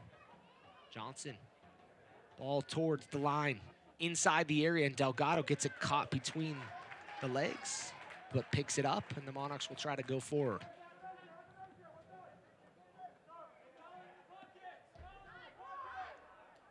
So you're going to see a replay look at that one. Fernandez made sure he got all of Milan on that one. And Fernandez will see yellow. This is just what the doctor ordered for the Real Monarchs. They need to find some sort of control of this football game. Slow the tempo and the speed down. Austin trying to play as fast as they possibly can, causing a lot of stress on the back line of the Monarchs. And if the Monarchs can just settle down and find some football in the middle of the park and get the midfielders of Austin stretched and running around, they should have success. Could potentially close this one out. They still do have a 1-goal lead. Heavy touch there from Wehan again. Just a simple turnover. Walls goes into the face of Neidiger. Neidiger's laying flat on his back. I'm not sure how Neidiger is going to be called for the foul on that one. Cody Warden flies off his seat. Oh, that's Joel. Sorry, Cody Warden, I meant the manager for the Monarchs, the active manager, flies off his bench.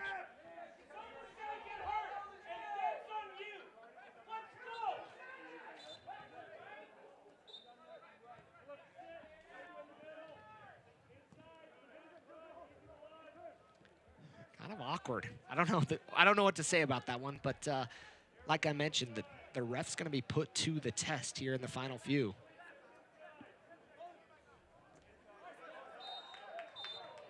Going to go out. It'll be a throw in. It's Soto. Looks like he'll be the substitute coming on for the Bold. It'd be Walls coming off. Walls has played quite a good game. Yep. There's Casey Walls.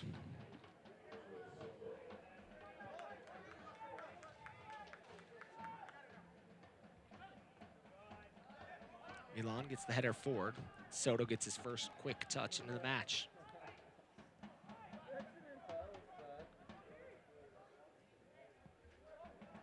Ball forward, looking towards Gordon. Gordon settles it nicely. Gordon in towards goal, off the woodwork for the second time today. My word. That woodwork has had its fair share this evening, or this afternoon, I should say. Off Unbelievable. The crossbar on this one. Gordon does a nice job to bring it down with his chest, puts it right into his own path, and pings it off the crossbar.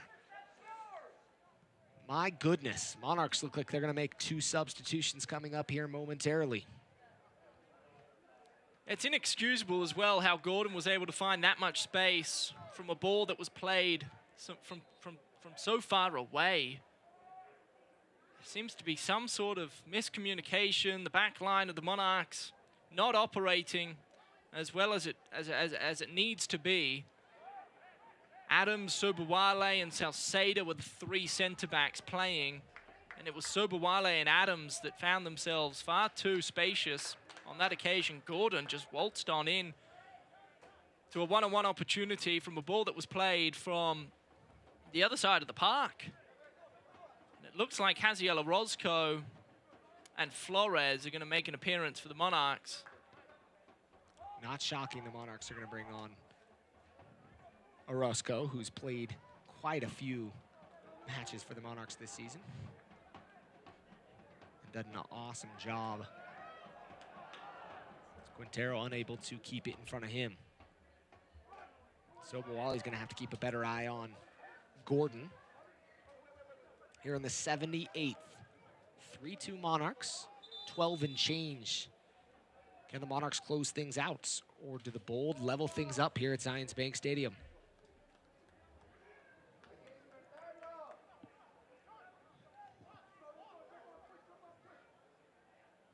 Gordon down, receiving treatment, but he's going to walk off the field.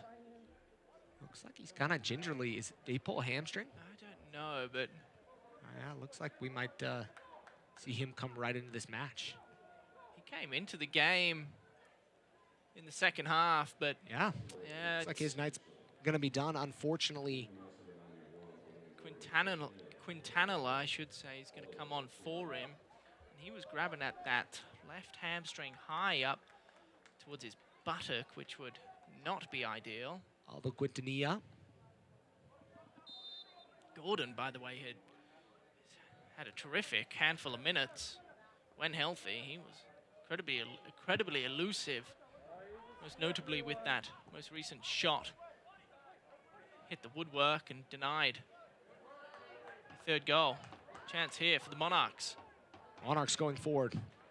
Milan picks up his head from distance, unable to completely catch that one as it rolls back to the keeper, Ferrou, the Frenchman.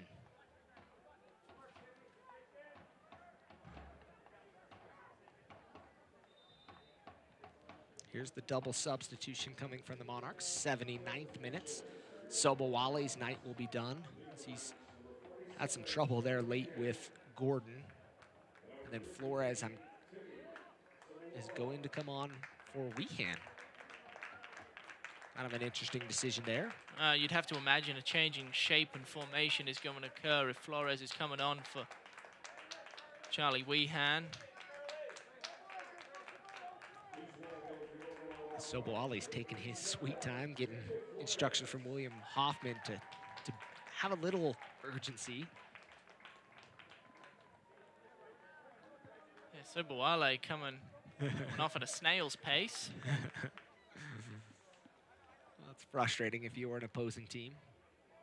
Referee did signal to his watch saying all seconds are being counted.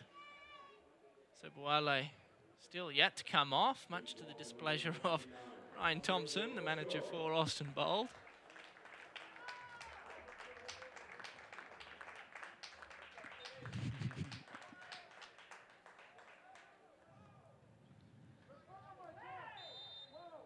Friday, October 22nd is Supporters Appreciation Night of the Monarchs as they battle with Colorado Springs Switchbacks FC. Take advantage of our family 4-pack. 4 tickets for just $36. Call 844-REAL-TIX. That's 4 tickets for $36. 844-REAL-TIX. 81st minute, free kick coming. Dangerous area here for the Bold. Monarchs not opting for a high line. Just inside the 18 towards Adams. It's going to float up and out of play. It'll be a corner kick coming for the Bold. They've been dangerous from corner kicks, Landon. Their first goal came from a corner kick from Fernandez. It found the foot of Fuentes to score the game's opener, or the Bold's opener.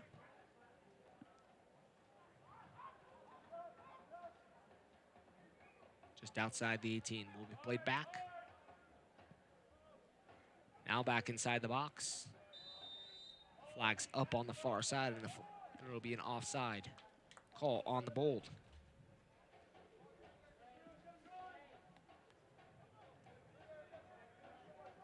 Well, just 9 minutes of regular time remaining. There will be stoppage time. The Monarchs have done a somewhat decent job in the last quarter of an hour, just negating the sort of pressure that the Bold were enforcing. Had a little bit of luck there, though, by the woodwork. To say the least. Gordon was denied not once, but twice. And that woodwork has certainly had a part to play in this one. In the first half, there was... Did I miss one? I guess I'm... Nicholas Murray saying 3 times. Well, yeah, because the third free kick from from Milan Alowski was saved by Hugo Ferrou, but then ricocheted off the woodwork. And then there's been 2 times in the second half the Bold have found the woodwork, so 3 times. Omar Gordon hit the woodwork 3 times, 1 on the left post, 2 on the crossbar in this game. Only the 3rd time that's happened since the start of the 2017 USL Championship season. I guess a combined 4 times has the ball hit that one particular woodwork up by the west side of Zions Bank Stadium. 4 of the 5 goals have come headed west. Oh boy, headed up and over by Salcedo. An awkward header there from Salcedo.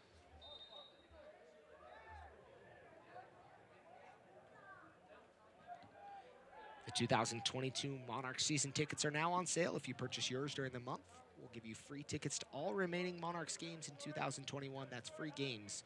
Call 844-REAL-TIX.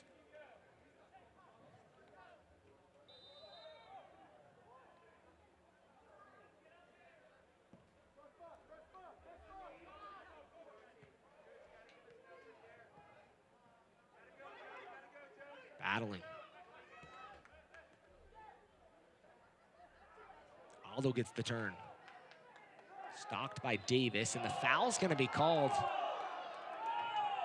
And Davis is going to see yellow, I think, for dissent there, not for the actual foul. Oh, it's going to be shown red.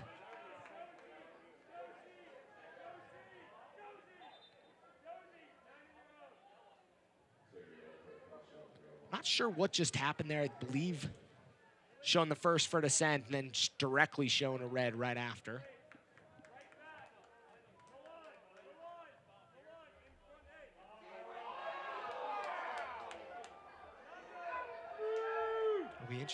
Shown the yellow right there. And then that effing BS is what's going to get you a red. So he was shown red there in the 85th. Monarchs going to play a man down, and that's a little frustrating. Boy, that looked odd, didn't it? Yeah. I feel like worse things have been said to referees, and they haven't been shown red. That's directly on camera, so I don't. It's one of those awkward moments. But a good free kick distance there. Off the woodwork again and in the back of the nets. It's 3-3 here at Zions Bank Stadium, and there's a fight going on inside, and Delgado's being pushed into the back netting. And my goodness, I do not know what's going on here. Delgado just got thrown into the back netting. Well, Delgado grabbed the football after the ball was in the back of the net and refused to give it to Austin players. And Austin players did not appreciate that. A shoving contest ensued. Would be shocked if there's not another yellow or red shown here. Well, it looked like, look, I don't want to, but it looked like there was some swings, some punches that may have been flying around. Maybe they were just hopefully pushing and shoving, but boy, that looked ugly. Both benches standing up, security coming onto the pitch. They're putting... Something has occurred in the stands. I wonder that the Austin Bold... Did the Monarchs just get... Did Delgado just get shown red? There's a red card to one of the Austin players, and he's running right down the tunnel.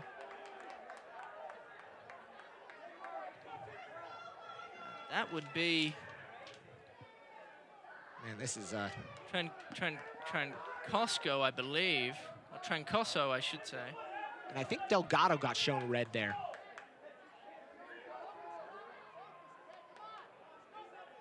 Well, absolute chaos. Monarchs do have a substitution left. We'll get Slayton on.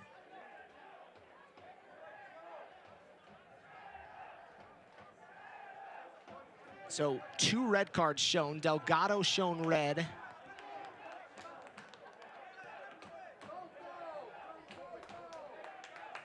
And Trancoso shown red. So Monarchs down to 9.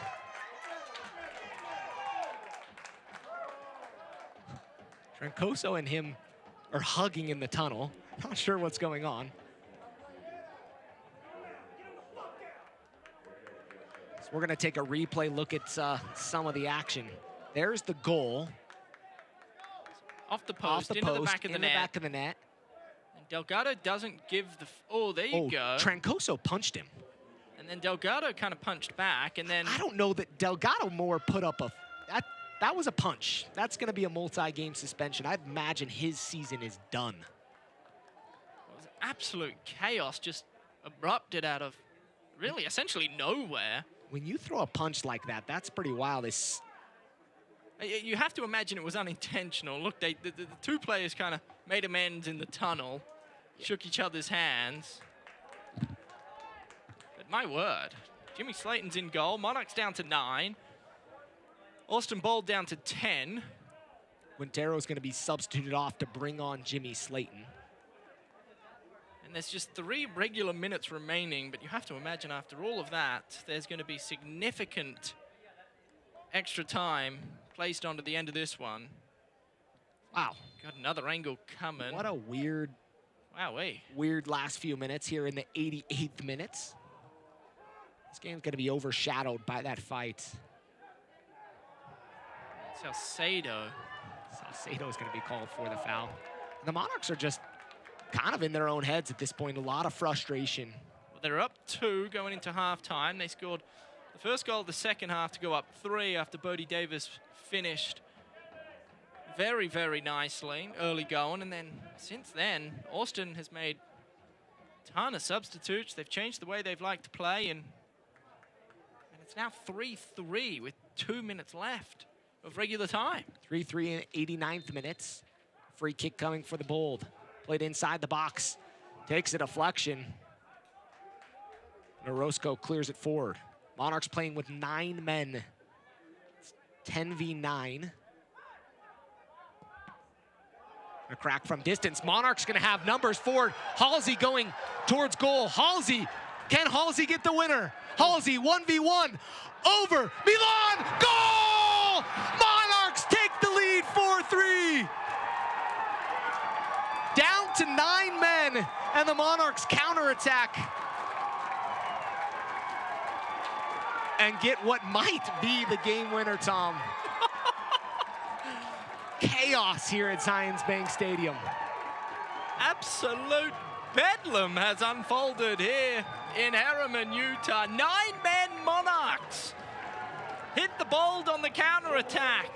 Brett Halsey flying up the pitch, one-on-one with Hugo Farou, plays the most simplest of passes onto the left foot of Milan Oloski, and into the back of the onion bag it goes, 4-3. Halsey, the composure to go forward. Halsey keeps it at his feet, picks up his head, sees his teammate just wide of him and puts it away as Milan Oloski. Boy, and the couple thousand in attendance here flew to their feet. How much extra time is going to be left in this one? Stoppage time brought to you by America First.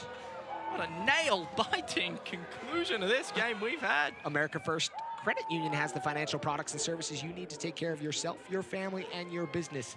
6 minutes of stoppage announced here at Zions Bank Stadium. Monarchs are going to have to defend with 9 for 6 minutes. Not sure what just happens, but my goodness, a little chaos. I can tell you what happened. It was a foolish giveaway in the center of the park by the Bold, and there's no one back there. Brett Halsey had half the pitch to himself. And he pretty much ran from midfield. And he knew all along. He took a number of looks over and he saw Milan Oloski flying next to him, and Milan Oloski celebrating with the Wasatch Legion, who also just absolutely erupted. The whole team got down there to celebrate as well. What Bold. A game. Unofficially through 1. The Monarchs are going to have to defend for 5 more minutes.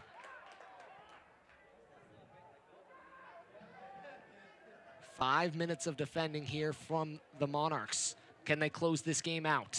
Ball inside the area, Adams. Adams gets a header. It's gonna go out, and Rissy will take the throw.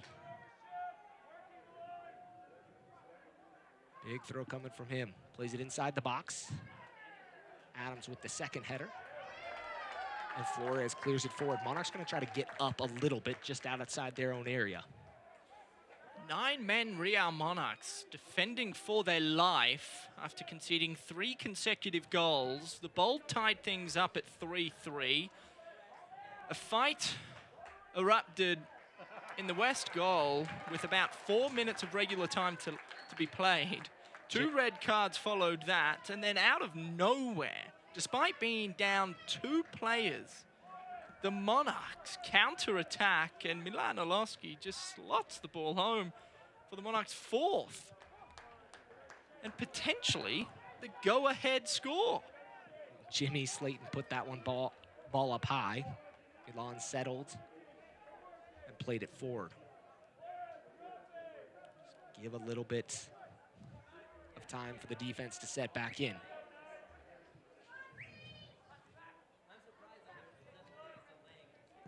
Shot towards goal, and it'll be up and over the crossbar. It'll be a goal kick coming from Monarchs. Delgado off with the red card. Trancoso as well with the red card. Guess that makes Delgado the youngest professional player to be red carded. What a day he's had. Started off with the haircut prior to the fixture. Professional goalkeeper to be red carded, excuse me. Became the youngest goalkeeper worldwide to debut in a professional game. And then was red carded. To become the youngest player in the world to debut and then be red carded.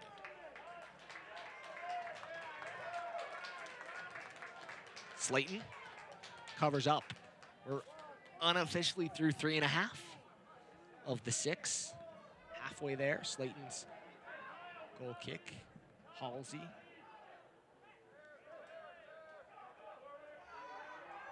Halsey does a good job. Brett Halsey looking forward to Johnson. Johnson takes a deflection off Johnson, and I believe that would have probably been called a handball. Rizzi with it. The Monarchs retreat. Salcedo trips over his own legs. Adams there. That took a deflection. I think it's going to be a Monarchs throw-in. Good job there by Kyle Adams to win the free kick. Or excuse me, throw-in.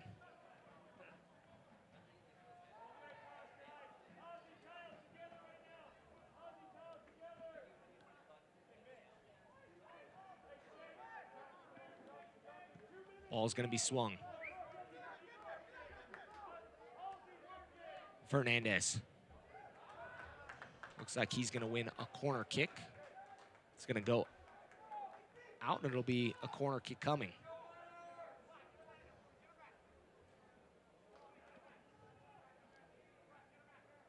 Corner kick coming from the Bold. Late in this match. Ball inside the box. Slayton had the ball in his hands, was hit, and the Monarchs will get a free kick.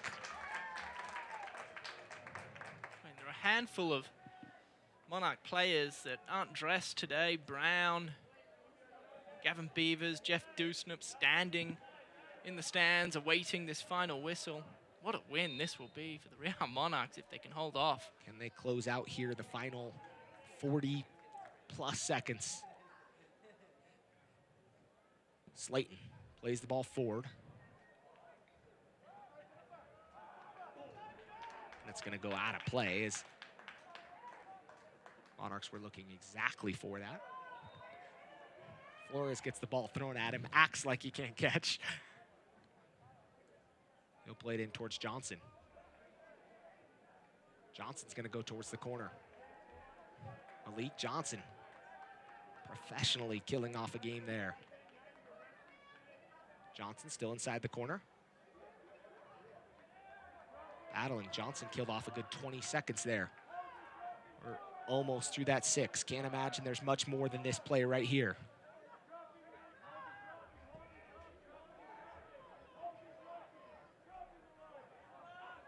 Someone's got to apply pressure to the ball. The Bold. Big switch towards Fernandez. It's going to go out over the end line. That's it. And that's full time here at Zions Bank Stadium. And the Monarchs are going to walk out with all 3 points in a 4-3 victory over the Bold in a game with 3 players sent off. And the Monarchs scoring with only 9 men on the pitch.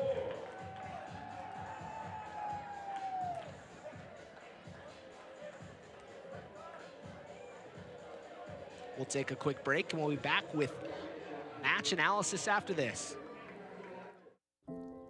When you're a member of America First Credit Union, the only house that matters to us is the one that you call home. And whether you're putting down new roots or making more room for your family to grow, we'll be there to help you nurture and care for the things you cherish most. Because the only home that matters to us is yours, truly. I remember the first time Taylor brought me to Moab. It was life-changing. I think that switch from caring to loving to respecting is when it makes your heart feel like fire. Exploring with kids is a whole different experience, but the approach is really the same for all of us. It's about being mindful. you know, being aware of what's going to help versus what's going to harm. That's what we really want to teach our kids. A great pass for Rubio. Rabin, 3-0. Albert, off the post in. Atlas Disposal is dedicated to preserving the spaces we share. We also understand the importance of sustaining our resources. We're proud to bring our operations to Utah with technologies like zero-emission vehicles and a new recycling system coming to Rio Tinto Stadium starting in 2020. Together, we can keep Utah beautiful and sustainable for generations to come.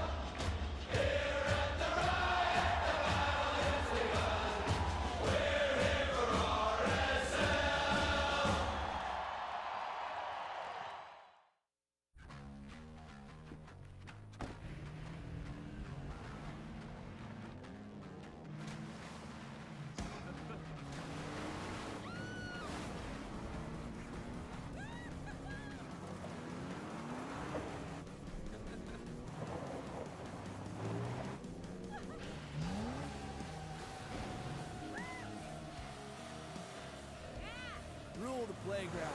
Toyota, let's go places. Zion is much more than just these cliffs. We're all a part of this. When I'm painting, my goal is ultimately to inspire people through that artwork to go out and find their own personal experience. I think that only when we personally connect with a place do we truly gain the power to protect it. And that's the whole point, is to protect this place, not just for us here today, but for future generations forever. Today's match has been brought to you by Zions Bank, for banking that helps you tackle every financial challenge. Zions Bank is for you. By MarketStar, explore something more at MarketStar. Visit marketstar.com for careers.